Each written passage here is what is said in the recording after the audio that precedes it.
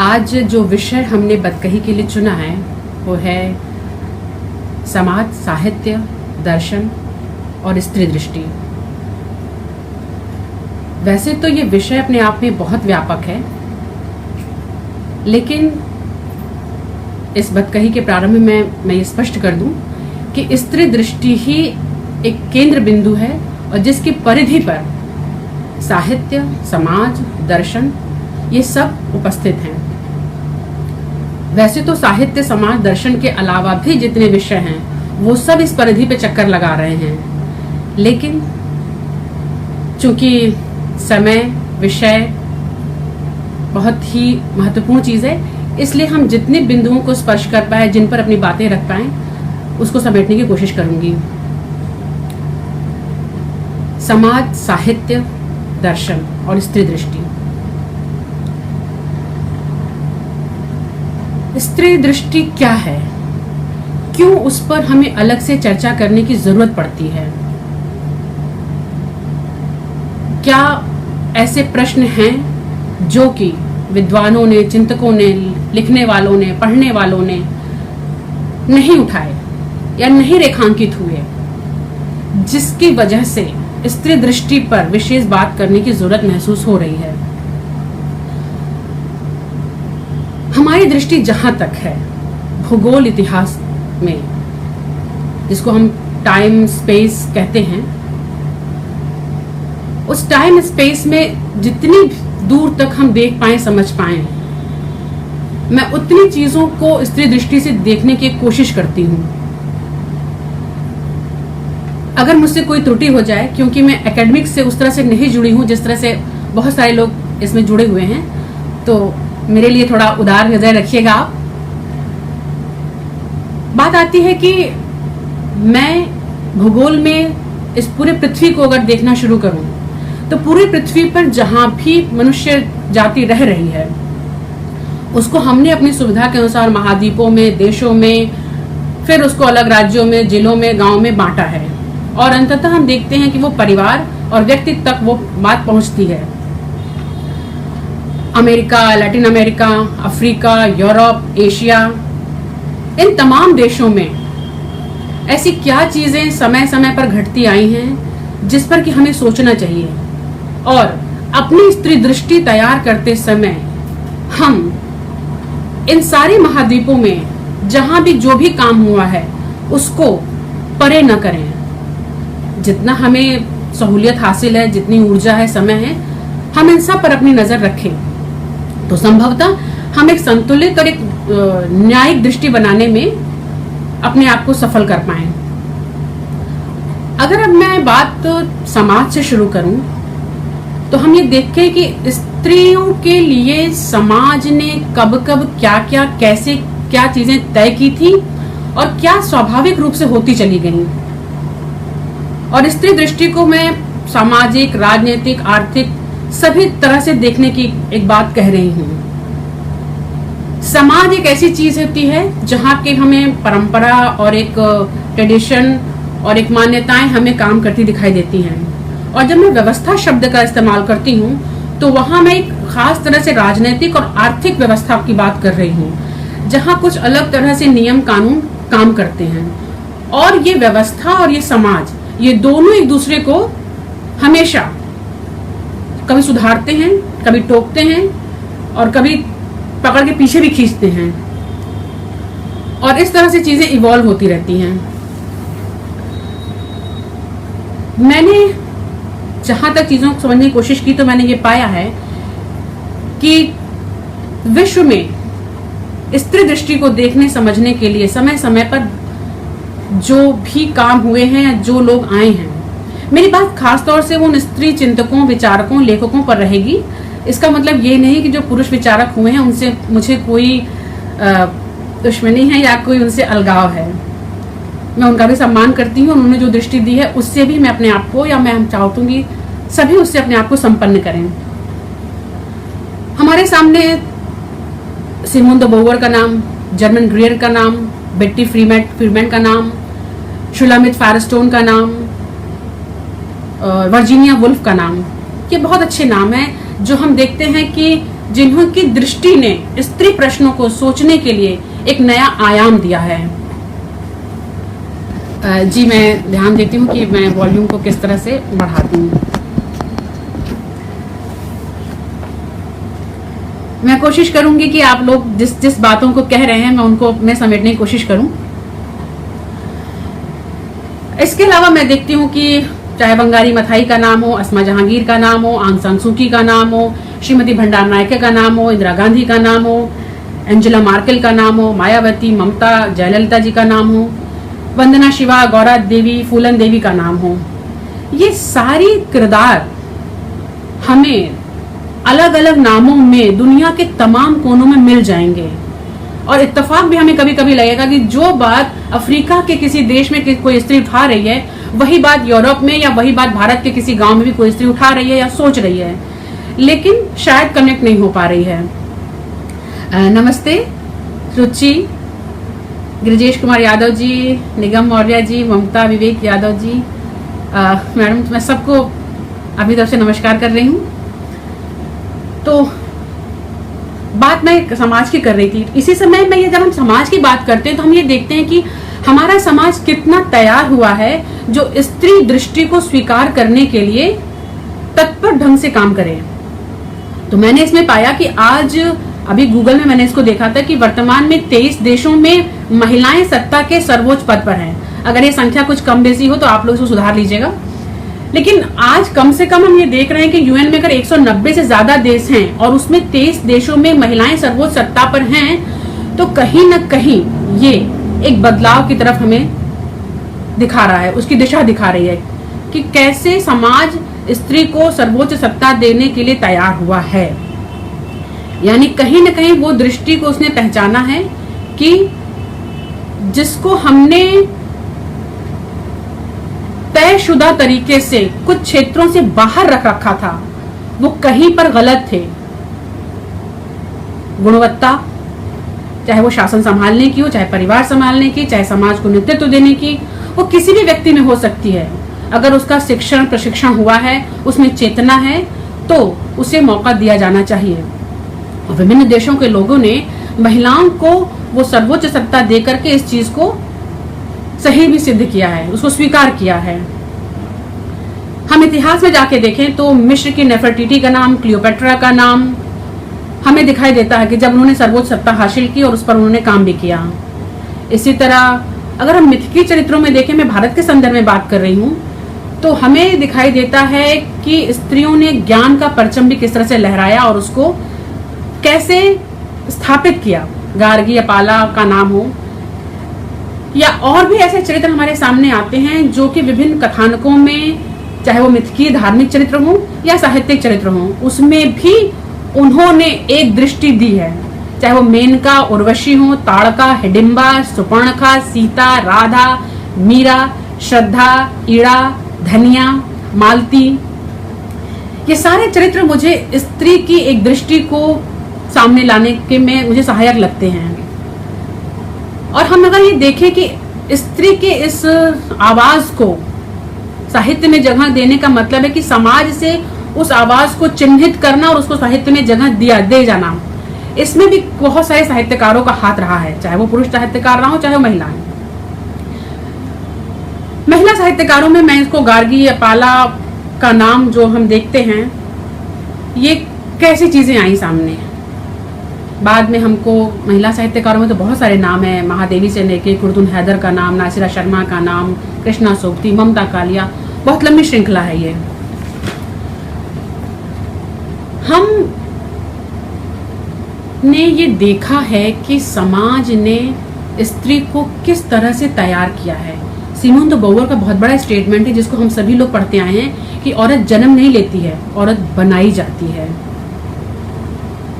तो कहीं न कहीं स्त्री विमर्श में ये बात निकल कर आई कि स्त्री को आप जैविक रूप से कितना उसको महत्व दे रहे हैं, पहचान रहे हैं, उसको वही पहचान से उसको बांध रहे हैं, क्या ये सही है?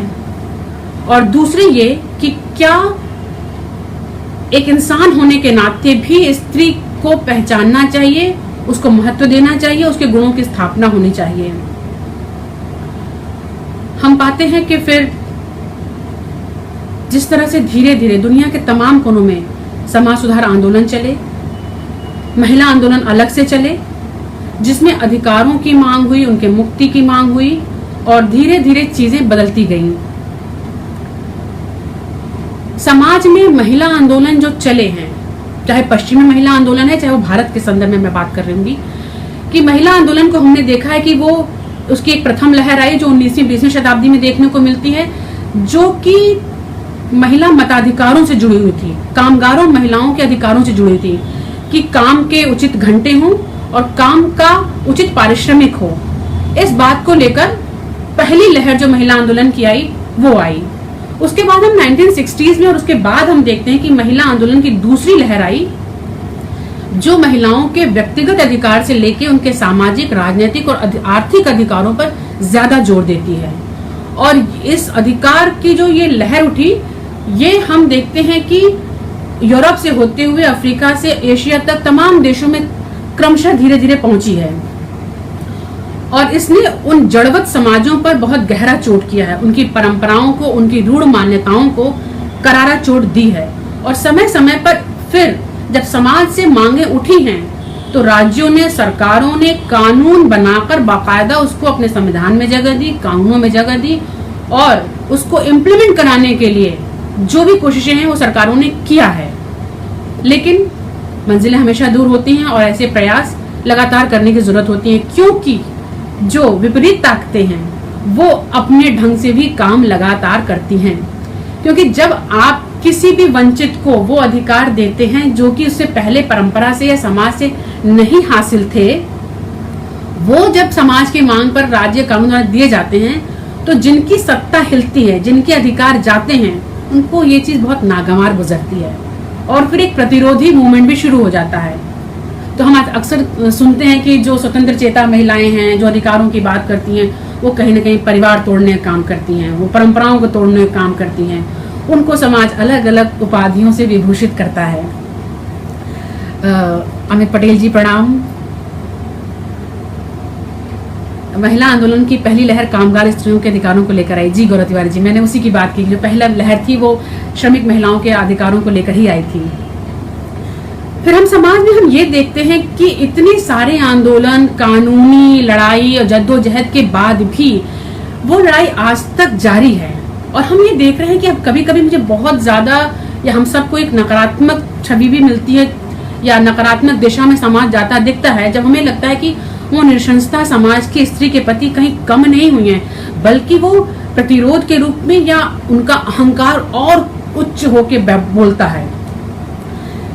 जैसे कि हाल फिलहाल में हमें रेप की इतनी घटनाएं दिखाई दी जिसने हम सब का दिल बहुत बुरी तरह से झकझोर के रख दिया। मस्तिष्क की एकदम से कह सकते हैं ना कि जैसे झन्ना के रह गया। बहुत लोगों को रातों में नींद नहीं आई, डिप्रेशन में गए लोग।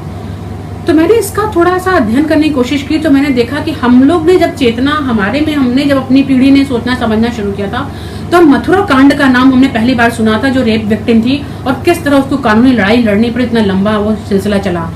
तो मथुरा कांड से लेके निर्भया कांड तक जो घटनाएं हुई, हमको बदलते समाज के कितने बदलाव हुए हैं वो भी चेहरा सामने आता है। फिर चाहे एसिड अटैक की घटनाएं हैं, चाहे दहेज हत्या की घटनाएं हैं, चाहे वो बालिका शिशु की भ्रूण हत्या की बात है, चाहे वो सम्मान हत्या की, ऑनर किलिंग जिसे हम कहते हैं, उसकी बात है।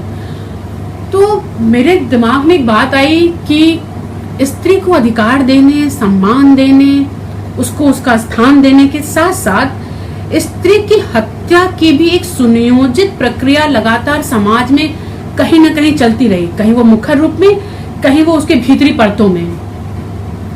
जब स्त्री कन्या को जन्म लेने से पहले ही मारने की कोशिश किया है, जब हमें भ्रूण हत्या का शिकार होना पड़ा, तब से हमारे लिए सती हत्या का प्रावधान, भ्रूण हत्या का प्रावधान, दहेज हत्या का प्रावधान, फिर सम्मान हत्या का प्रावधान, ये कौन कर रहा है और कैसे कर रहा है और क्यों वो चीजें चलती जा रही हैं। और फिर जब कानून और समाज बहुत ज्यादा सशक्त हुआ, चीजें सामने आई, तो किस तरह से फिर वो मानसिक हिंसा का हिस्सा बनी। मतलब कि हिंसा जो कोई कर रहा है समाज में स्त्री के खिलाफ, उसके भीतर की परतों से वो हिंसा गई नहीं, वो समय समय पर अपना रूप बदलती रही है। तो इसका मतलब जो स्त्री दृष्टि है उसको हिंसा के इन अंदरूनी परतों पर भी लगातार काम करता रहना पड़ेगा, जो ज्वलंत रूप से सामने दिख जाती है, चाहे वो किसी को जिंदा जला देने की औरत की बात हो, चाहे वो दहेज में जला देने की बात हो। लेकिन धीरे धीरे जो मानसिक हिंसा होती है उस पर भी नजर रखनी पड़ेगी। क्यों किसी का ईगो टकराता है? आज भी स्त्री को पिता की संपत्ति में हिस्सा न देने के लिए जनमानस कैसे तैयार होता है, मतलब नहीं देना है, और उसको कंपनसेट करने के लिए वो दहेज न कह के उसको गिफ्ट कह करके अन्यत्र रूप से, अन्य ढंग से उसको कंपनसेट करने की कोशिश कर रहा है। तो ये भी एक सोचने का विषय है। एक दूसरी बात मैं करना चाहूंगी अब कि स्त्री को पहचान, स्त्री दृष्टि स्त्री को कैसे पहचानती है। स्त्री का एक जैविक संरचना है, उसकी एक सामाजिक संरचना भी है, एक मनोवैज्ञानिक संरचना है, एक उसका आत्म तत्व भी है। अगर आप स्त्री को जैविक स्तर पर ही देखते हैं तो आप उसको कहीं न कहीं उसके जैविक रूप से कमजोर होकर उसको दोयम दर्जे पर लाके रख देते हैं, उसको बहुत सारे क्षेत्रों से, बहुत सारे कामों से उसको वंचित कर देते हैं। ये एक अलग सोचने का विषय है, क्योंकि आपने जब किसी को शिक्षा से दूर रखा, प्रशिक्षण ही नहीं दिया, उसको तैयार ही नहीं किया, फिर एक जैविक संरचना के आधार पर उसको अलग कर देना कहां तक न्याय संगत है? क्या स्त्री अगर मातृत्व ग्रहण करने में सक्षम नहीं है, उसके अंदर मातृत्व के जो पोषण करने वाली चीजें हैं वो नहीं है, तो क्या आप ऐसे स्त्री को अपने जीवन में अपना साथी बनाने को तैयार होंगे? आपको सशक्त स्त्री चाहिए तो इसका मतलब वो मातृत्व से और महीने में जो उस माहवारी से गुजरती है आप उसको उसके कमजोरी से आंकते हैं, लेकिन आपको वही मातृत्व चाहिए भी अपने वंश को आगे बढ़ाने के लिए, अपने कुल के सम्मान के लिए और तमाम चीजों के लिए। यानी सशक्त महिला चाहिए तो ये नहीं चाहिए, ऐसे चाहिए तो ऐसे नहीं चाहिए। क्या आप उसको टोटलिटी में स्वीकार करने के लिए तैयार नहीं हुए हैं अभी तक? क्या प्रकृति द्वारा दी गई उसकी विशेषताओं के साथ उसको किस तरह से सुंदर समायोजित किया जाए, इसके लिए आपकी चेतना अभी सक्षम नहीं हो पाई है? ये सवाल है। स्त्री भी जिस तरह कोई भी पुरुष, एक वो शरीर है, उसका एक मस्तिष्क है, उसका एक दिल है, दिमाग है, रीढ़ की हड्डी है, वैसी औरत के पास भी एक शरीर है, उसका एक दिल है, दिमाग है, रीढ़ की हड्डी है। लेकिन स्त्री के पास जो अलग है वो है उसका गर्भाशय। तो वो तो उसको प्रकृति की विशिष्ट देन है, उसके आधार पर उसको कमजोर करना, उसको तिरस्कृत करना, ये चीज बड़ी ही, मतलब आपके मानसिक दिवालियापन कहूं या कमजोरी कहूं, सोच की, समझ की, आप स्वयं इसको तय कर सकते हैं। तो स्त्री को उसकी दिल, दिमाग, रीढ़ की हड्डी और गर्भाशय के साथ सुंदर और संतुलित ढंग से स्वीकार करना और उसको उस तरह से तैयार करना, ये हम सबकी जिम्मेदारी है। दूसरी बात, मैं इसी क्रम को आगे बढ़ाते हुए मैं कहना चाहूंगी कि जब हम मातृत्व की बात करते हैं तो उसके साथ साथ हम नारित्व की बात और वैधव्य की बात और मातृत्व न स्वीकार करने के उसके अधिकार की बात पर भी हमें विचार करना चाहिए। कोई जरूरी नहीं है कि स्त्री के पास अगर मातृत्व को ग्रहण करने की, उसको आगे बढ़ाने की क्षमता है तो उसका मन मस्तिष्क भी इसके लिए तैयार है। बहुत सी औरतें हो सकता है वो मातृत्व को नहीं पसंद कर रही हैं, उन्होंने अपने जीवन को कुछ और चेतना समझी है, किसी और जगह उसको लगाना चाहती हैं। तो आप उसको बेचारी कह के, उसको सहानुभूति या दया का पात्र कह के उसको अलग ढंग से मत देखिए। उसके भीतर जो गुण हैं, वो जिस तरह से समाज को अपना योगदान दे सकती है, देश को अपना योगदान दे सकती है, उसको स्वीकार करिए। क्योंकि बहुत सारे पुरुष भी पितृत्व को नहीं प्राप्त कर पाते हैं, ठीक है, तो उन्हें हम संत, महात्मा, योगी, महान कहते हैं। तो स्त्री को भी आप उस तरह से देखकर एक संतुलित दृष्टि अपना सकते हैं। दूसरी बात है वैधव्य की। हमारे समाज में अभी भी विधवापन को जिस तरह से एक हे दृष्टि से देखा जाता है, एक मतलब उनके लिए एक अशुभता का एक दृष्टि होती है, वो भी एक सोचने का विषय है। स्त्री एक इंसान है, उसका साथी अगर उसके साथ नहीं है तो इसका मतलब नहीं है कि वो अशुभ हो गई। समाज, परिवार, उसका समुदाय उसको उसके मंगल जो भी समाज के मंगल कार्य होते हैं, शादी विवाह जन्म, उससे उसको परे कर दे। मैंने देखा है अपनी आंखों से कि विवाह कार्यों में किस तरह से विधवा महिलाओं को परे कर दिया जाता है, उनको सामने नहीं आने दिया जाता है। बल्कि मेरे जीवन का अनुभव है कि जब किसी की माँ की मृत्यु हो गई तो कुंवारी कन्या को और उसकी विधवा बेटी को माँ की अर्थी को छूने से अलग किया गया। जब तक वो माँ जिंदा थी, वही दोनों बेटियां उस माँ की जो भी अंतिम सेवा होती है, साफ सफाई, नहला धुलाना, वो कर रही थी। लेकिन जब वो एक मृतक हो गई माँ, वो मिट्टी हो गया वो शरीर, तो उन्हीं दोनों लड़कियों को उसे छूने से वंचित कर दिया गया। और उस दिन से ये सवाल मेरे मस्तिष्क में कौंध रहा था कि ऐसी कौन सी परंपरा है, कौन सी व्यवस्था है, इस पर सवाल करना चाहिए। पूजा मिश्रा जी, प्रवीण कुमार यादव जी, बहुत प्रणाम आप सबको भी। मैं इस पर बात ही करना चाह रही थी, मैंने ये अपनी बात रखी। फिर हम जब नारित्व की बात, मैं थोड़ा सा यहाँ पे मैं सामाजिक दृष्टिकोण की जो समाज का जो एक संरचना है, उसमें जो स्त्री दृष्टि जिस तरह से काम कर रही है, स्त्री के लिए जो व्यवस्था है, मैं उस पर अपनी बात रख रही हूँ। आशा त्रिपाठी, बहुत बहुत प्रणाम। नारित्व को भी मैंने देखा है कि आप किस तरह से, समाज किस तरह से स्वीकार करता है, उसके साथ आप एक नैतिकता और अनैतिकता के सवाल को जोड़ करके चलते हैं। कौमार्य की बात आती है, स्त्री की पवित्रता, अपवित्रता, नैतिकता, अनैतिकता को उसके कौमार्य से जोड़ के चलना। मैं जितने लोग भी सुन रहे हैं या जो बाद में सुने या जिन्होंने पढ़ा हो, समझा हो, वो खुद ही बता दें कि कौमार्य की बात को लेकर स्त्री पुरुष के बीच जो विभेद है, जो सच को स्वीकार करने का साहस है, वो कितने पुरुष कर पाएंगे। क्यों ऐसे विषयों को लेकर के लोगों को एक अजीब सी उनका मुंह बिचक जाता है, मुंह का स्वाद कड़वा हो जाता है।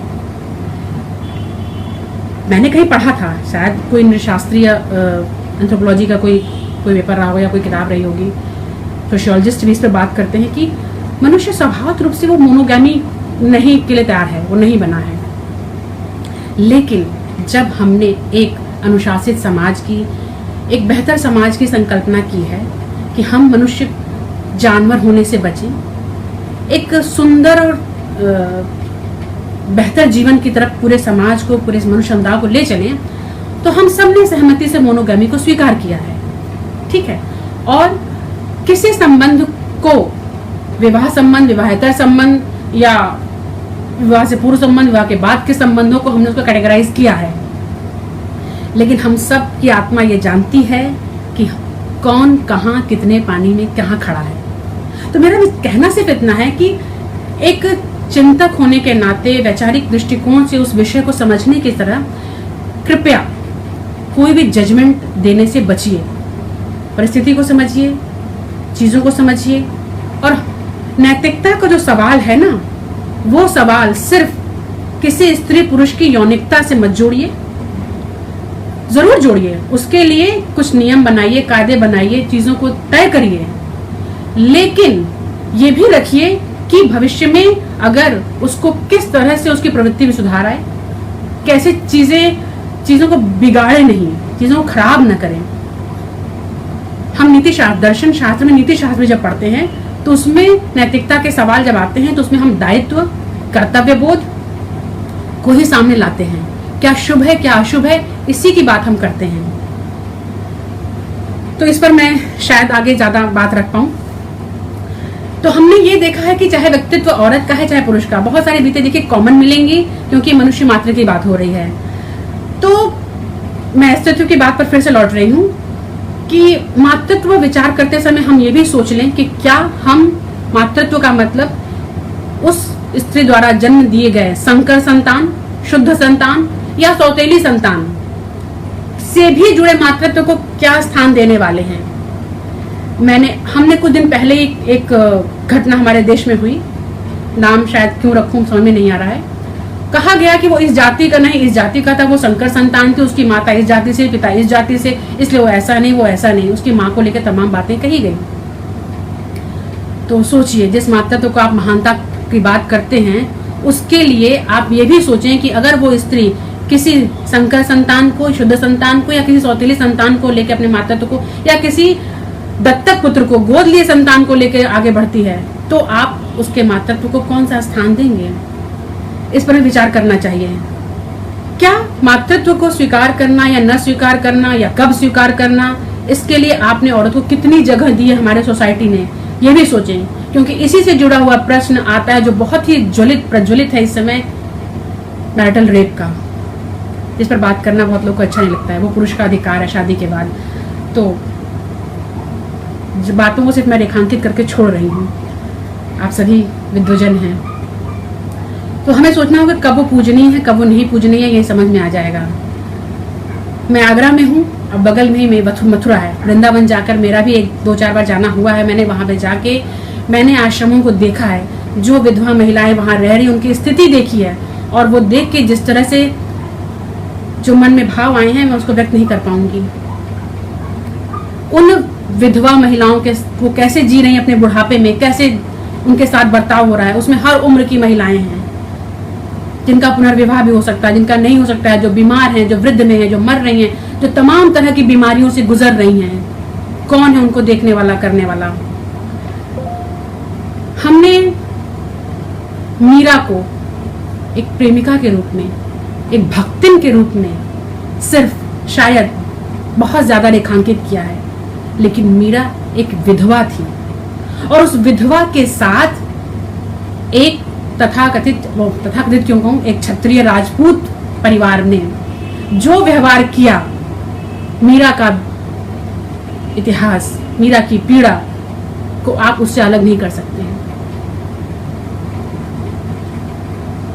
उसे कोई भी गुरु अपने शिष्य बनाने को तैयार नहीं, उसे परिवार जगह देने को तैयार नहीं, तो वो क्या करेगी? इसलिए मीरा का विद्रोह, मीरा की सोच, उसको अपनी बात को किसी अज्ञे से कहने की जो जरूरत आन पड़ी, उसको समझिएगा। मीरा एक विधवा थी, किस तरह उसने अपना जीवन बिताया, और कैसे रैदास को उसने अपना गुरु बनाया, रैदास ने उसको अपना शिष्य स्वीकार किया। इस पर सोचने की बात है। और वो वृंदावन ही उसके लिए वो जगह बनी जहां आकर के उसने कृष्ण नाम का सहारा लिया, क्योंकि कृष्ण ने सबके साथ मित्र भाव दिया, सबको प्रेम दिया। स्त्री को भी, चाहे वो विधवा है, चाहे मातृत्व नहीं उसने ग्रहण किया है, चाहे उसका नारीत्व आप किसी भी कैटेगरी में रख लीजिए, प्रेम, करुणा, संवेदना की सबको दरकार होती है। इस बात को ध्यान में रखकर मीरा को सोचिएगा जरा। आपने उसको शुचिता पर क्या दिया? संपत्ति से निकाल दिया, और परिवार ने जब उसे नाता तोड़ लिया, उसके बावजूद भी मीरा जब अपने ठसक के साथ बोलती है तो लोगों को बहुत बुरा लगता है। और मीरा इस तरह से विलीन हुई, क्या उसकी हत्या कर दी गई थी या उसने आत्महत्या कर ली थी? थोड़ा आध्यात्मिक पर्दे को हटा के सोचिएगा। फिर आपने तो पवित्रता के आधार पर, पतिता के आधार पर मंदिर, मातृत्व और स्त्रीत्व को जिस तरह से घोटा है, शायद मैं गलत करी, मैं बार बार आप कह रही हूँ, कृपया मुझे क्षमा करिएगा। मैं शायद एक स्त्री दृष्टि से इस पूरे समाज से, इस पूरी व्यवस्था से सवाल कर रही हूँ। ये मैं उनको ही संबोधित कर रही हूँ। वो बात सोचने की जरूरत है कि एक तरफ कामाख्या में स्त्री के किस काल के समय उसकी पूजा होती है, जरा पढ़िए, और एक तरफ दूसरे जगह पर स्त्री को किस काल में मंदिर से आप प्रवेश नहीं करने देते हैं, उसको सोचिए। एक विरोधाभास है शायद हमारे समाज का। मैं कुछ चीजों को रेखांकित कर रही हूँ बस। आपने औरत के जीवन को, औरत के जन्म, उसके विवाह, विदाई और ससुराल, यहाँ तक कैसे समेट दिया है। उसकी वापसी तलाक से होती है, लड़ाई से होती है, या जब परित्यक्त होकर स्त्री लौटती है, जब उसको छोड़ दिया जाता है, तब उसके साथ क्या व्यवहार होता है। उसकी मृत्यु होती है, या तो दहेज से हो जाए, किसी बीमारी से हो जाए, या स्वाभाविक ढंग से हो जाए, या जब स्त्री अपने आप को एक नई दुनिया में लेके जाए, तब चाहे वो 1 लाख बच्चों की मां बनने को सपना पाले। आप सबने शायद महाराष्ट्र की एक महिला है, मैं उनका नाम नहीं भूल रही हूँ, ताई कहते हैं उसको, आई कहते हैं, जो घर से निकली और आज वो 1 लाख बच्चों की माँ है। आप कैसे उस मातृत्व को देखते हैं, सोचिएगा। इन्हीं सब चीजों पर बात करते हुए मैं आगे बढ़ रही हूँ कि एक तरफ स्त्री को देखने की एक बाजारू दृष्टि है, बाजार है, एक तरफ प्रेम है, एक तरफ लिव इन रिलेशनशिप है, एक तरफ विवाह भी है। तो ये सारी दृष्टियां स्त्री को कैसे देखती हैं और स्त्री दृष्टि इनको कैसे देखती है। बाजार जो पैसे पे चलता है, प्रेम जो भाव पे चलता है, लिव इन जो साझेपन पे चल रहा है, और विवाह का शुद्ध आधार है। किसी को भी आपत्ति हो सकती है मेरे विचारों से, और मैं उन सबको असहमत होने के लिए सहमत हूं उनसे। संपत्ति, संतान और सम्मान। संभवतः हमारे जो भी माता पिता या परिवार या समुदाय है वो समझ जाता है कि स्त्री को किस तरह से सुरक्षा मिल जाए थोड़ी सी, तो बेहतर हो जाएगा उनका जीवन उनके लिए, और उनके अंदर थोड़ी चेतना होगी या थोड़ा वो कर्मठ होंगी तो कुछ कर लेंगी। इसलिए स्त्री को जब वो सब चीजें पिता के घर से नहीं मिलती हैं तो वो ससुराल में या पिता उसको ऐसा अच्छा वर ढूंढता है कि जहां उसको संपत्ति मिल सके, संतान मिल सके और सम्मान मिल सके। तो विवाह स्त्री को ये देता है, और ये काफी ठोस चीजें हैं। इसलिए बहुत सारी स्त्रियां विवाह में हैं और विवाह को स्वीकार कर रही हैं, उनके साथ जी रही हैं कमोबेश एडजस्टमेंट करके। लेकिन शायद उनकी आत्मा में जाके आप पूछेंगे ना, तो वहां भी बहुत सारे गुत्थम गुत्था है, बहुत सारे ऐसी चीजें हैं। तो स्त्री के व्यक्तित्व को समझने के लिए, उसके गठन के लिए भी उसको स्वतंत्रता चाहिए, सुरक्षा चाहिए, सम्मान चाहिए और समानता चाहिए। और स्वतंत्रता मांग करती है योग्यता की, सुरक्षा धन की, सम्मान से आत्मविश्वास आता है, और समानता एक जरूरत होती है।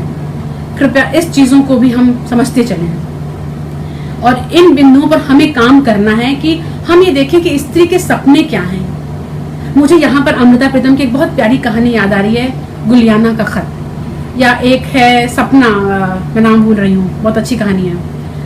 वहां पर एक स्त्री अपने सपने की तलाश में किस तरह से निकलती है और अंत में अपनी जान से हाथ धो बैठती है, लेकिन स्त्री सपना देखना नहीं छोड़ती है। तो हमें स्त्री दृष्टि को समझना है या स्त्री को अपनी दृष्टि को निखारना है, तो उसे अपने सपनों पर सोचना है, समस्याओं पर सोचना है और सवालों पर सोचना है। बहुत सारे देखिए सवाल ऐसे होते हैं ना जो हमें अच्छे नहीं लगते हैं, हम जानते हैं कि वो सवाल सही हैं, लेकिन हम उससे बड़े दुविधा में पड़ जाते हैं, असमंजस में पड़ जाते हैं, हमें वो सवाल असुविधाजनक लगते हैं, उन सवालों का हमारे पास कोई जवाब नहीं होता है, तो उनको टरका के आगे बढ़ना चाहते हैं, क्योंकि हम उससे ज्यादा कुछ दूसरे विषयों को मानते हैं। और पुरुष के लिए तो स्त्री का सवाल, स्त्री के सपने अभी उसकी सूची में शायद टॉप 10 में भी नहीं है, तो स्त्री को खुद ही सोचना है इस पर। स्त्री एक औसत से उसको ईश्वर बना दिया गया, मतलब स्त्री तो स्त्री है, उसको ईश्वर बनने के लिए उसको मातृत्व का दर्जा दे दिया गया और उसको ईश्वर बना के वहीं उसके जीवन की, उसके गाथा की इतिश्री कर दी गई। यानी अब तो माँ से बड़ा तो कुछ नहीं, माँ से बड़ा भगवान कोई नहीं। माँ एक औरत भी है, माँ भी किसी की पत्नी हो सकती है, माँ भी किसी की प्रेमिका रही हो सकती है ना, माँ भी किसी की सहेली और दोस्त हो सकती है। हम में से कितनों को ये बात सुविधाजनक लगेगी कि हम ये सोचे कि मेरी माँ का भी कोई प्रेमी रहा होगा या मेरे पिता की भी कोई प्रेमिका रही होगी। शायद अगर ऐसे सोचें तो हम अपने माता पिता को ना ईश्वर हटा करके उसको इंसान के बतौर सोच पाएंगे और उनके साथ ज्यादा न्याय कर पाएंगे और अपने लिए भी न्याय की एक जमीन तैयार कर पाएंगे कि हम हमेशा अपनी प्रेमिका के साथ नहीं हैं, हम हमेशा अपने प्रेमी के साथ नहीं हैं, हम हमेशा अपनी पत्नी और या पति के साथ नहीं हैं, हम हमेशा अपने दोस्त के साथ नहीं हैं, हमेशा परिवार के साथ नहीं हैं। तो जब जब जहां जहां जो है उसके साथ कितना न्याय है, कितना शुभ है, कितना कल्याण की भावना है, कितना बेहतर की भावना है, कितना एक दूसरे के सपनों को पूरा करने की, उद्देश्यों को पाने के लिए हम उसके लिए बेहतर बन पाए। शायद इतना तो हम कर ही सकते हैं, ये सोचने की एक बात है। तो औसत से ईश्वर बनती औरत, वो औरत इंसान बनना चाहती है। और हम सबका ये ध्यान है कि स्त्री दृष्टि पर विचार करते समय वो कितनी सशक्त हुई, कितना आसान है औरत के लिए इंसान बनना। हम सब ने कितनी अच्छी जमीन तैयार की है, कितना आसान है, कितना वो स्वीकृत होगा और कितना उसको सम्मान मिलेगा, ये भी बहुत देखने की बात है। क्योंकि मैं बहुत सारी बातें इसलिए बहुत ही ठोस ढंग से कह पा रही हूँ, कॉन्क्रीट ढंग से कह पा रही हूँ, क्योंकि मैंने अपनी कानों से सुना है, आंखों से देखा और जीवन में महसूस किया है कि हमारा ही समाज किसी खास स्त्री को, चाहे वो दुनिया के किसी कोने की स्त्री हो, अगर वो सर्वोच्च सत्ता पर है तो उसके लैंगिक और जातीय पहचान से संबोधित अभी भी किया जाता है। आप सोचिए, क्या स्त्री को पहचान उसके लैंगिक और जातीय पहचान से आप पहचानेंगे? और बड़े ही मजे की बात कहूं, आपने हम सारे समाज ने गालियां, लैंगिक गालियां और जातीय गालियां ही हमने इजाद की है। ये भी हमारे समाज की एक सुसंस्कृत सोच है। देखिएगा सोच के। महिला दृष्टि पर बात करते समय मैं ये देखना चाहूंगी कि विश्व के तमाम कोनों में जो भी स्त्रियां हैं, स्त्री दृष्टि है, वहां पर स्त्रियों के बीच कितना भेद है। काली स्त्री, गोरी स्त्री, दलित स्त्री, आदिवासी स्त्री या किसी दूसरे धर्म की स्त्री, चाहे वो मुस्लिम, ईसाई, पारसी, कुछ भी है, अल्पसंख्यक स्त्री और एक मजदूर स्त्री, या जिसको हम कहें फिर इन सब से अलग, जिसको हमारे यहाँ एक सामान्य कहा जाता है, सामान्य स्त्री। मतलब सामान्य स्त्री वो स्त्री है जो काली नहीं है, दलित, आदिवासी, अल्पसंख्यक नहीं है, जो मजदूर नहीं है, वो सामान्य स्त्री है। तो ये सामान्य स्त्री और ये खास स्त्रियां कैसे एक दूसरे के साथ संवाद करेंगी, स्त्री प्रश्नों को, स्त्री दृष्टि को कैसे विकसित करेंगी कि औरतें भी आपस में सोचें। भाईचारा तो बहुत हो गया और इन भाइयों ने मिलकर बहुत चारा खाया। अब जरा बहनापे की बात भी बहनापे सोचें, समझें और उस पर अपना, मतलब मैं सबको कुछ भी कहने के लिए नहीं हूं, मैं कुछ सवाल छोड़ के शायद आपके बीच आ जाने की उम्मीद कर रही हूं। तो स्त्री दृष्टि में भी बहुत विविधता है, बहुत भिन्नता है और बहुत विषमता है। तो वो कितना अधूरा है, कितना गलत है, इस पर भी सोचने की जरूरत है। तो हम कुछ असुविधाजनक सवालों से सामना पड़ेगा, कुछ खास सवाल होंगे, कुछ मूलभूत सवाल होंगे और कुछ अभी तक अनुत्तरित सवाल होंगे जिन पर हम सोचेंगे या हमारे आने वाली पीढ़ियां सोचेंगी। हमारा समाज स्त्री को कैसे देखता है? उसने स्त्री को सफल स्त्री और घरेलू स्त्री में खास तौर से बांट करके रख दिया है। सफल स्त्री है तो किसी राजनीतिक पद पर है या किसी प्रशासनिक पद पर है या आर्थिक रूप से कोई एंटरप्रेन्योरशिप में है, बिजनेस करती है, सक्षम स्त्री है। और दूसरी है घरेलू स्त्री, जिसको आमतौर पे हम सब बड़े कमजोर स्त्री या सामान्य स्त्री में ढाल देते हैं। वो पत्नी है या माँ के रूप में है और दोनों रूप में वो शायद देवी है। स्त्री पुरुष की धर्मणी है, अर्धांगिनी के रूप में है, वो भी हमारे समाज ने पहचाना है स्त्री को। और स्त्री अधिकारों पर हम ये देख रहे हैं कि आंदोलन चलता रहा है लगातार। एक स्त्री अधिकार की आंदोलन थी, स्त्री मुक्ति का आंदोलन था। स्त्री आंदोलन जब दुनिया में चला है तो प्रथम लहर जो आंदोलन चला है, जो स्त्री के कामगार स्त्रियों का अधिकार था, जो काम के घंटों और स्वतंत्रता को लेकर चला था। दूसरा जब आंदोलन या लहर चली है उसमें एक बहुत अच्छा नारा निकल के आया था, पर्सनल इज पॉलिटिकल। इस नारे ने औरत के व्यक्तिगत जीवन में राज्य को सीधे आमंत्रित कर दिया, यानी कि औरत को घर के दायरे के भीतर, घर की मर्यादा के भीतर, उस लक्ष्मण रेखा के भीतर औरत के साथ जो कुछ भी परंपरा के नाम पर पुरुष सत्ता, पितृसत्ता है ना, तो मैं कहूंगी कि पुरुष सत्ता, पति सत्ता, प्रेमी सत्ता, पुत्र सत्ता, भाई सत्ता, ये सारी सत्ताएं मिलकर उस मर्यादित परिवार के भीतर जो आचरण कर रही थी, उसमें राज्य का हस्तक्षेप इस आंदोलन ने डाला। तभी हमारे सामने घरेलू हिंसा कानून जैसे कानून आए, दहेज के खिलाफ कानून आया। ये उन्हीं आंदोलनों की देन है। और आज की महिला अधिकार के लोगों को, सोचने वालों को या उनकी बातें करने वालों को, हम पिछले आंदोलनों से हमने सीखा और उन्हीं के पर हम आगे बढ़ेंगे अपने आंदोलन में लेकर के, और भी तमाम सवालों से हम जूझेंगे। और हम ये देखेंगे कि हमारे समाज में स्त्री को लेकर के जो दृष्टि विकसित की गई है, उसमें हमारे मीडिया की बड़ी भूमिका है। मैं आज वर्तमान संदर्भ में बात करूंगी, और वो प्रिंट मीडिया है और इलेक्ट्रॉनिक मीडिया है। आपने बहुत गौर किया होगा अखबार पढ़ते समय, 2 बच्चों की मां प्रेमी के साथ भाग गई, ठीक है, पति की हत्या करके वो सारा धन लेके गायब हो गई।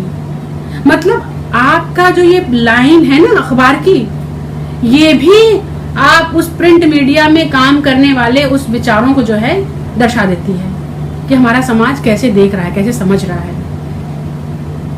पुरुष के बारे में ऐसी खबरें इस तरह से नहीं आती हैं। पुरुष भी ऐसे होते हैं जो विवाहित संबंध में जाते हैं, तलाक देते हैं, दूसरे से विवाह करते हैं, या एक साथ कुछ और संबंध भी रखते हैं, उजागर होने पर कैसे सेटल कर लेते हैं। बहुत सारी चीजें हैं, हम सब सोचेंगे इस पर। शायद मैंने समाज पे बहुत सारी बातें कर ली, अब थोड़ी सी बात मैं साहित्य पर करूंगी। साहित्य में स्त्री का चित्रांकन किस तरह से हुआ है।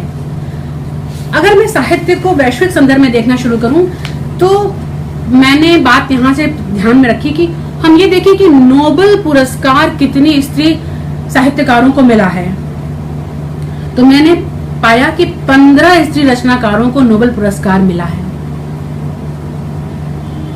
मुझे नहीं पता कि जो लोग साहित्य पढ़ते हैं, साहित्य में समझना चाहते हैं स्त्री दृष्टि को, कितने लोग इन 15 रचनाकारों से वाकिफ हैं और कितने उनकी रचनाओं से होकर गुजरे हैं। मैं माफी चाहूंगी कि मैं शायद बहुत से लोगों के कमेंट नहीं पढ़ पा रही हूँ, उनके सवालों के जवाब नहीं दे पा रही हूँ, क्योंकि शायद मेरे पास समय इतना है कि हम इस सवालों पर बाद में भी चर्चा करेंगे और अपनी बात हम लोग समाप्त करेंगे। तो नोबेल पुरस्कार में जो महिलाओं ने अपनी बात रखी, जिनको नोबेल पुरस्कार मिले हैं उन साहित्यकार महिलाओं को, वो भी हमारी दृष्टि से गुजरनी चाहिए। ये बहुत जरूरी है ताकि हम अपनी दृष्टि को परिवार, व्यक्ति, एक देश, एक समाज से उठाकर एक वैश्विक दृष्टि बनाने में उनसे कुछ रोशनी पाएं। यहाँ पर मैं एक छोटी सी फिल्म का एक एग्जांपल देना चाहूंगी। मैंने एक फिल्म देखी थी, मेरी छोटी बहन है उसके कहने पर, लूसी फिल्म में उस किरदार ने प्रथम स्त्री की कल्पना की है जो एक आदिम मादा चिंपैंजी जैसी दिखाई देती है। नायिका वहां तक जाके स्त्री प्रश्न को या स्त्री दृष्टि को सोचती है। ये फिल्म अपने आप में बहुत ही अच्छी, खूबसूरत है। मैं कहूंगी कि आप सभी लोग देखें इसको। अब हम ये देखते हैं कि साहित्य किस तरह से हम पढ़ते हैं। साहित्य एक धार्मिक साहित्य होता है, एक लौकिक साहित्य होता है। धार्मिक साहित्य में स्त्री को किस तरह से रखा गया है। धार्मिक साहित्य में भी स्त्री को पवित्र, अपवित्र, पतिता, सत्यत्व के रूप में दर्शाया गया है। बहुत सी ऐसे स्त्री चरित्र है धार्मिक व्याख्यानों में जिसको कि बड़ी आलोचना, बड़ी बुरे ढंग से चित्रित किया गया है। और लौकिक साहित्य में भी ऐसा ही है, और ये प्राचीन, मध्य, आधुनिक हर काल में आपको मिल जाएगा। मैं भारतीय संदर्भ में बात करना चाह रही हूँ। यहाँ पे साहित्य को हमने एक लिखित साहित्य, अलिखित साहित्य या लोक साहित्य और एक शास्त्रीय साहित्य के रूप में अगर हमने देखा तो हमें लोक कहानियां और लोक गीत भी जाके देखने पड़ेंगे, वहां स्त्री का चित्रण कैसे हुआ है। हमने लोक कहानियों में स्त्री के डायन वाले चरित्र का, उसके कुलच्छनी होने चरित्र का भी बड़ा सुंदर चित्रण पाया है, और वहीं उसके बड़े कारुणिक और मार्मिक चित्र भी पाए हैं। आपने लोकगीतों में सोहर धुना होगा, विदाई गीत, विवाह के गीत, गाली वाले गीत, कजरी ठुमरी सब सुना होगा। आप जाके देखिए, इन गीतों को सुनिए। यहाँ आपको स्त्री की पीड़ा और स्त्री का स्त्री से जो डाह है, द्वेष है, वो भी दिखाई देगा। आपको रीतिकाल सारा स्त्री के एक खास तरह के चित्रण से मिल जाएगा, जिसमें सौतिया डाह भी मिलेगा, नायिका के श्रृंगार रस भी मिल रहा है, उसका वियोग श्रृंगार भी मिल रहा है। ये सारी दृष्टियां हमें बताती हैं कि साहित्य ने एक समय में स्त्री को कैसे देखा। और आज अगर कोई स्त्री शोधार्थी या कोई रिसर्चर या लेखिका इन सारी दृष्टियों को समेटने की कोशिश करे तो वो शायद उस तरह से नहीं देखेगी जिस तरह से बिहारी ने देखा या जिस तरह से रीतिकाल के रचनाकारों ने देखा। वहाँ और भी घनानंद जैसे रचनाकार हैं जिन्होंने कुछ अलग दृष्टि भी प्रस्तुत की है, वो अपने आप में एक अलग विचार का विषय है। साहित्य अनंत भंडार है, चाहे यूरोपीय साहित्य देख लीजिए, अफ्रीकी, अमेरिकी, एशियाई, सारे साहित्य। हर महाद्वीप के अपनी अलग संस्कृति है, भाषा है, अपनी परंपराएं हैं और स्त्री को लेकर अलग ढंग की चीजें हैं। एक बात मैं यहाँ आपसे, मुझे अचानक ध्यान आ गई, मैं शेयर करना चाह रही हूँ। एक किसी से चर्चा हो रही थी मेरी कि साहित्य में या समाज में जो पर्दा प्रथा, बाल शिशु हत्या प्रथा चीजें आई और साहित्य में वो चीजें में दिखाई दी, उसका ये वजह था कि यहाँ पर आक्रमणकारियों ने आक्रमण किया, जिससे बचाने के लिए अपनी लड़कियों को हमने पर्दा प्रथा में डाला और शिशु बालिका हत्या करी। मेरा सिंपल सवाल था कि आक्रमणकारी तो दुनिया के बहुत सारे देशों में आक्रमण करने गए हैं, लेकिन ये खास तौर से पर्दा प्रथा का जिस तरह से एशिया में या अपने देश में हमने देखा, वैसा यूरोप या अन्य देशों में नहीं देखा। ये विचार करने की बात है। एक साहित्य में हमने कहानियां, उपन्यास, नाटक, तमाम चीजें देखी हैं और बहुत सारे उपन्यास इसमें हमने गुजरे होंगे जिसमें स्त्री दृष्टि दिखाई दी है। और स्त्री दलित महिला विमर्श में भी बहुत सारी महिलाओं ने उन स्त्री बिंदुओं को चर्चा में लाया है जो हम कह सकते हैं कि सामान्य स्त्री जो लेखिकाएं हैं उनसे छूट गया। ये वहां पर वही भी सहानुभूति और स्वानुभूति और परानुभूति वाली बात है, तदनुभूति वाली बातें यहाँ भी लागू होती हैं। और स्त्री कहने से सिर्फ संपूर्ण स्त्री आपके सामने नहीं आ सकती है, जिस तरह पुरुष कहने से पूरे विश्व के संपूर्ण पुरुष का आप प्रतिनिधित्व नहीं कर सकते हैं। आपको उसकी विविधता को, विषमता को रेखांकित करना पड़ेगा।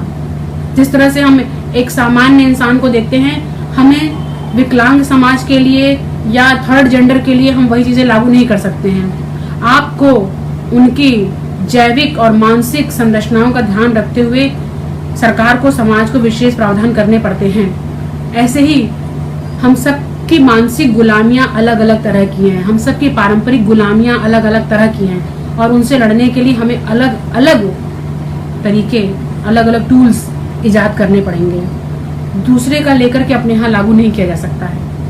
अपने देश काल हमें सोचना है कि हमारी मानसिकता में गुलामी किस किस परत में कहाँ कहाँ पे है। बहुत ही पढ़े लिखे, सभ्य, सुंदर, सुशील लोग, उनके भी आंतरिक परतों में बड़े विभत्स और कुत्सित चीजें भरी होती हैं, बाहर नहीं निकल पाती हैं। ईसाई धर्म की एक बड़ी अच्छी चीज मुझे लगती है कि वहां पर चर्च में ना एक कन्फेशन बॉक्स बना होता है, जहां पर जाके लोग अपना पाप कन्फेस करते हैं, जो उन्होंने गलत किया उसको कन्फेस करते हैं। मैं सिर्फ ये कहना चाहूंगी कि अगर ऐसा कन्फेशन बॉक्स हम सब के भीतर भी हो, हमारे परिवार में हो, हमारे समाज में हो, हमारे समुदाय में हो, तो बहुत सारी समस्याएं ना हल हो जाएंगी। क्योंकि जो अपराध पैदा होता है वो कहीं न कहीं उसके पहला प्रस्फुटन हमारे मन में होता है। जब भी किसी अन्य जाति को देख करके उसके कमतर होने, या किसी विकलांग को देख के, थर्ड जेंडर को देख करके उसके अकुशल होने का, गुणहीन होने का हमारे भीतर जो भाव पनपता है, वो कहीं ना कहीं हमारे मन के भीतर दबा हुआ है, मन में है। वो हमको पाल पोस के प्रशिक्षित करके वैसा बनाया गया है। हमारे परिवार ही वो पहले अड्डे हैं, वो पहली जगहें हैं जहां हम धार्मिक होना, जातीय होना, संस्कारित होना सीखते हैं। कोट एंड कोट वो संस्कार है कि कुसंस्कार है, वो हम सोचें तो हमें सोचना पड़ेगा कि हम कहाँ पर वो संस्कार ग्रहण किए हैं। तो बहुत सारे लेखिकाएं हैं, ममता कालिया जी, मैत्रेयी पुष्पा जी, नासिरा शर्मा, चित्रा मुद्गल, अनंत नाम है। रमणिका गुप्ता से लेके मैं कितनों का नाम बताऊं। हमारे लिए मीरा से लेके महादेवी वर्मा से लेके महाश्वेता देवी तक के आख्यान मौजूद हैं, उनकी रचनाएं मौजूद हैं, जो हमें स्त्री की तमाम दृष्टियां दिखाती हैं। 1084 की माँ, एक ऐसी माँ की पीड़ा जिसने पढ़ा होगा वो जान रहा होगा। दलित विमर्श में हमने सुशीला टागोरे का, एक दलित महिला का मैंने पढ़ा था, इसलिए मैं उसका नाम उल्लेखित कर पा रही हूँ। ऐसे बहुत सारे लोग होंगे। निर्मला पुतुल का नाम मैंने आदिवासी महिला को जानने के लिए उनकी कविताओं को मैंने पढ़ा, तब मैं जान पाई। तो अगर आप किसी से मिले नहीं हैं, उसको पढ़े नहीं हैं, उसके साथ कुछ दिन जिया नहीं है, तो कृपया अपनी टिप्पणी करते समय किसी के बारे में सचेत होकर टिप्पणी करिए या पहले सुनिए। हमने देखा है कि इन तमाम लेखिकाओं ने या साहित्य में उन तमाम भी चीजों को रेखांकित किया है जो हमारे समाज में या मनुष्य के अंतर जगत में है, चाहे वो प्रेम हो, विवाह हो, परिवार, शिक्षा, संबंध, राजनीति, साझा अधिकार, उत्पीड़न, हिंसा, हत्या, आत्महत्या, बलात्कार, मातृत्व, बीमारी, परिश्रम। ये सारे मैं विषय बता रही हूँ कि जो हमारे साहित्य में, समाज में भरपूर पड़े हुए हैं, हमें उनको जानना है। और अब तक जो लिखा गया है वो कितना सही लिखा गया है, कितना समकालीन है, कितना आधुनिक है। इतिहास और भूगोल, टाइम, स्पेस, एनर्जी और इसके मामले में वो कहाँ तक आज मेरा साथ देगा और कितना साथ देगा। हो सकता है आज भी प्रेमचंद किसी को बहुत अच्छे लगे, महादेवी किसी को बहुत अच्छे लगे, लेकिन इसका मतलब ये हो सकता है कि जो चीज हमें अच्छी लगती है ना, तो हम अपनी चेतना में, अपनी यात्रा में वहां तक पहुंचे हैं। अगर हमें सिमोन द बउआ अच्छी लगने लगती है, ठीक है, अगर हमें अस्मा जहांगीर अच्छी लगने लगती हैं, अगर हमें मुख्तार माई अच्छी लगने लगती है, अगर हमें एंजेला मार्केल अच्छी लगने लगती है, तो इसका मतलब अपनी चेतना में हम वहां तक पहुंच रहे हैं। और अच्छा लगने से शुरुआत होती है कि हमने अब उसकी आलोचना करने का अगला चरण आएगा। एक बार हम किसी से मुग्ध होते हैं तो उसके करीब जाते हैं, देखते हैं, पड़ताल करते हैं, समझते हैं, जीते हैं, फिर उसकी परतों को जानते हैं, फिर हम उसके आलोचक भी बनना शुरू करते हैं। तो हमें उस दृष्टि के लिए भी तैयार होना चाहिए कि जहाँ प्रेम होता है वहाँ आलोचना भी आएगी, हो सकता है नफरत भी आए, हिंसा भी आए, लेकिन उसके बाद वो परिमार्जित होके एक संतुलित दृष्टिकोण भी वहीं से पैदा होगा। तो हमारा समाज अभी फूलन देवी ने जो किया था उसको बहुत उसकी आलोचना प्रतिलोचना हो सकती है, अपने अपने राय हो सकते हैं, लेकिन जब फूलन देवी की हत्या हुई थी और किसी खास समुदाय द्वारा उसकी हत्या हुई थी, तो मुझे सिर्फ एक बात समझ में आई कि क्या हमारा समाज अभी उतना उदात्त नहीं हो पाया था? क्या उसको स्वीकार नहीं कर पाया था उस औरत को कि उसने किस देश काल परिस्थिति में हत्या का रास्ता अपनाया था?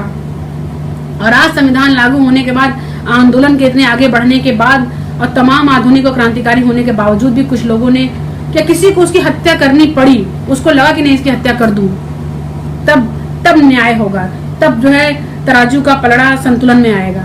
सिर्फ सोचने की बात है। चाहे वो बेनजीर की हत्या होती है, चाहे इंदिरा गांधी की हत्या होती है, या किसी की हत्या होती है, तब ये सवाल मेरे जहन में आता है कि ऐसा क्यों हुआ। साहित्य में बहुत सारे प्रतिमान रचे गए हैं और हर चरित्र अपने आप में एक प्रतिमान है। गार्गी का चरित्र, गार्गी याज्ञवल्क्य का संवाद भी एक चेतना को दिखाता है।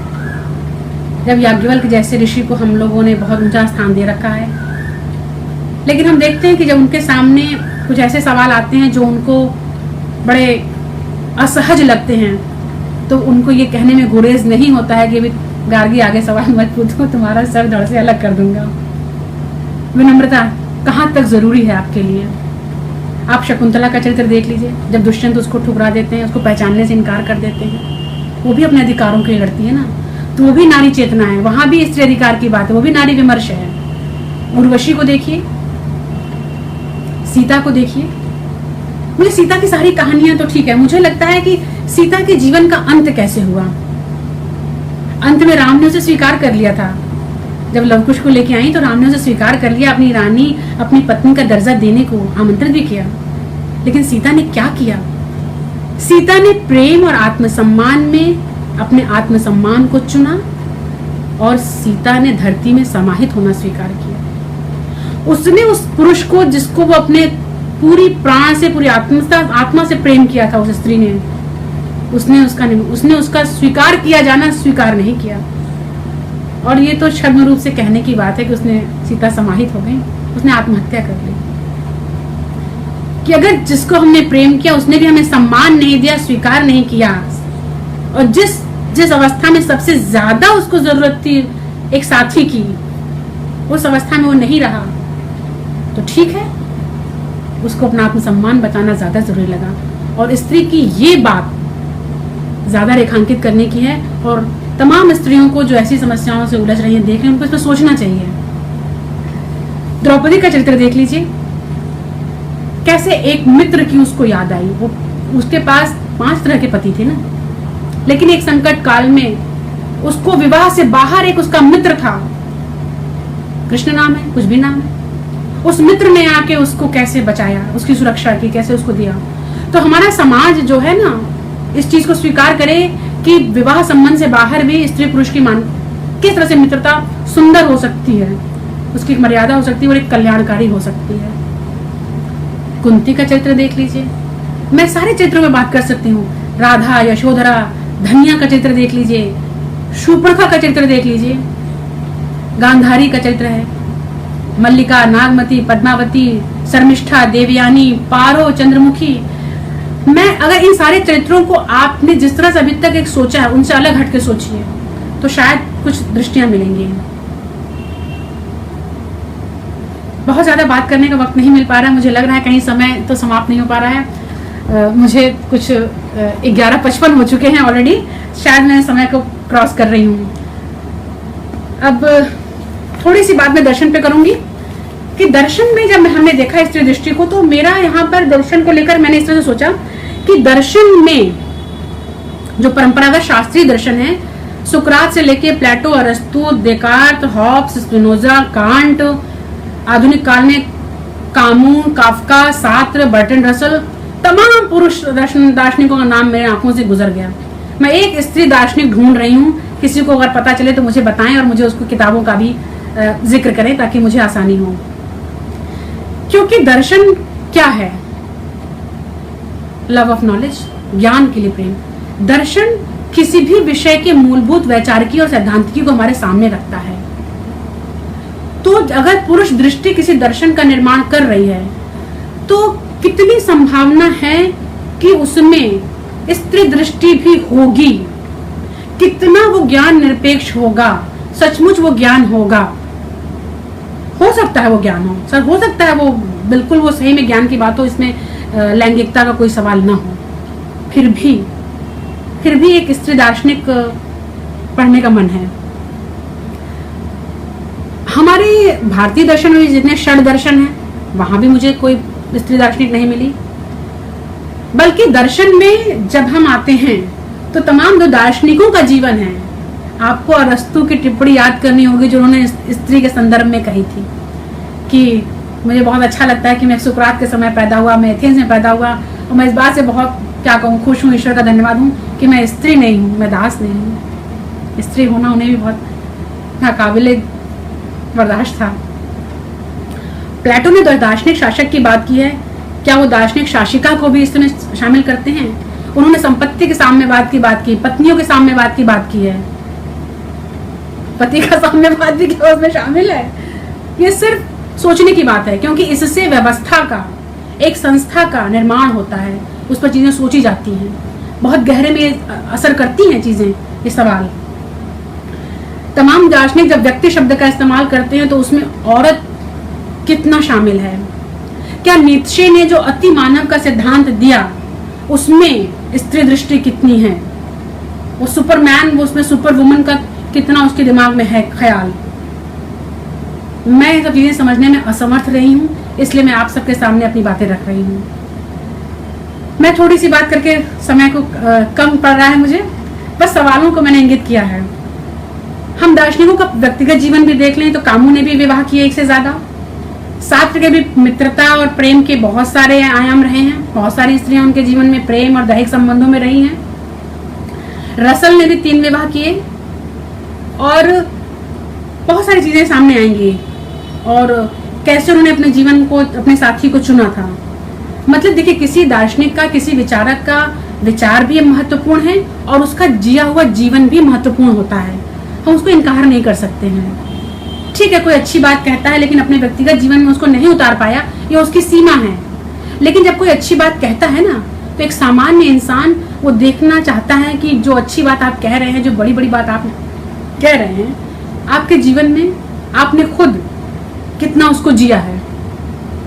गांधी जी का एक बात मुझे बहुत अच्छी लगी, उन्होंने कहा कि मेरे जितने सिद्धांत हैं, विचार हैं, जितना मैंने कहा है, जितना मैंने लिखा है, वो सब जला देना है, जो मैंने किया है वो याद रखना। शायद रामचंद्र शुक्ल जी की टिप्पणी है कहीं कि कर्ता अपने कर्म से अलग नहीं होता है। ये बात हम सब पर लागू होती है।